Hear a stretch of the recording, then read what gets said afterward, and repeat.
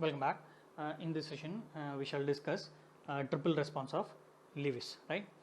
Whenever the surface of our skin is stroked firmly with a pointed object such as a pencil tip, right? What happens? Three reactions happen one after the other, namely red reaction or erythema. Number 2 is flare or spreading flush. Number 3 is wheal or local edema, right?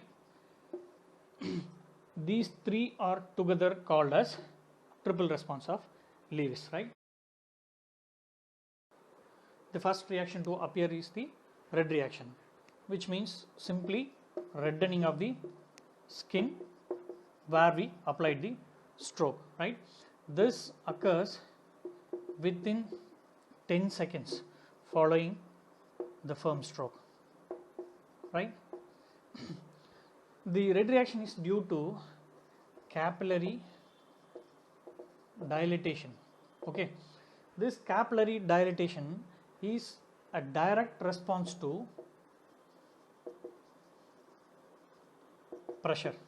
Okay, it is a direct response of the capillaries to the pressure applied over the skin.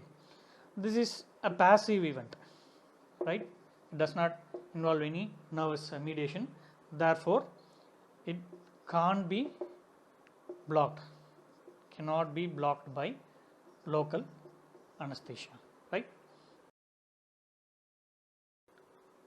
Number 2 is flare, right? So what is flare? Flare is nothing but spread of the redness from the site of injury. Okay, from the site of injury, this redness starts to spread to the adjoining regions of the skin, right? So this takes place about 20 to 30 seconds after the red reaction has happened. Okay, now this is due to arteriolar dilatation mediated by axon reflex. So since this is mediated by a nervous reflex, this can be easily blocked by local anesthetics, right? Now let us understand the axon reflex with the help of a picture, right? So in this picture, this is the spinal cord, right? So this is the sensory neuron.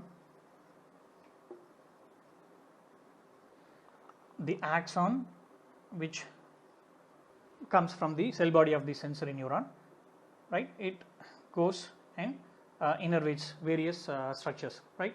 So for our purpose, let's assume that these branches, right, innervate the skin cells, right?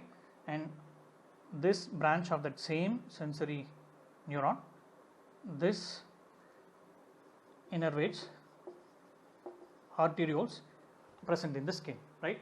So now normally the impulses get transmitted from distal part of a sensory neuron towards the spinal cord, right? That is called as orthodromic conduction, right? And impulses, if they get relayed in opposite direction, that is from the spinal cord towards the distal branches of the sensory neuron, that is called as antidromic conduction, right? So now whenever we firmly stroke the skin with a pointed object, okay, now what happens? These nerve endings which innervate the skin cells, they get activated, right? So as a result, impulses get generated in the these distal nerve endings. A part of the impulses, they are carried towards the spinal cord by orthodromic conduction, right? But another part of impulses, they get conducted through this distal branch to the other structures innervated by the distal branch, right. So now what happens, these impulses which come from the sensory nerve endings in the skin, so now they go and cause release of substance P and CGRP. CGRP stands for calcitonin gene related peptide. These two neurotransmitters, okay, they are released from these nerve endings and they bring about arteriolar dilatation, right. So axon reflex is a response in which impulses generated in one branch of a particular sensory neuron, they are antidromically conducted to other branches, distal branches of that same sensory neuron, and these impulses bring about physiological effects in the organs innervated by those distal branches, right. In fact, this is the one instance in the body where there is substantial evidence for the physiological effects brought about by antidromic conduction, right. So this axon reflex brings about the flare or spreading of redness reaction, right. Number 3 is the wheal or local edema, okay. So this happens about 1 minute following the stroke of the skin, right. The surface of the skin is where the stroke has been applied, it becomes raised and elevated when compared to the surrounding skin. Now this is due to increase in capillary permeability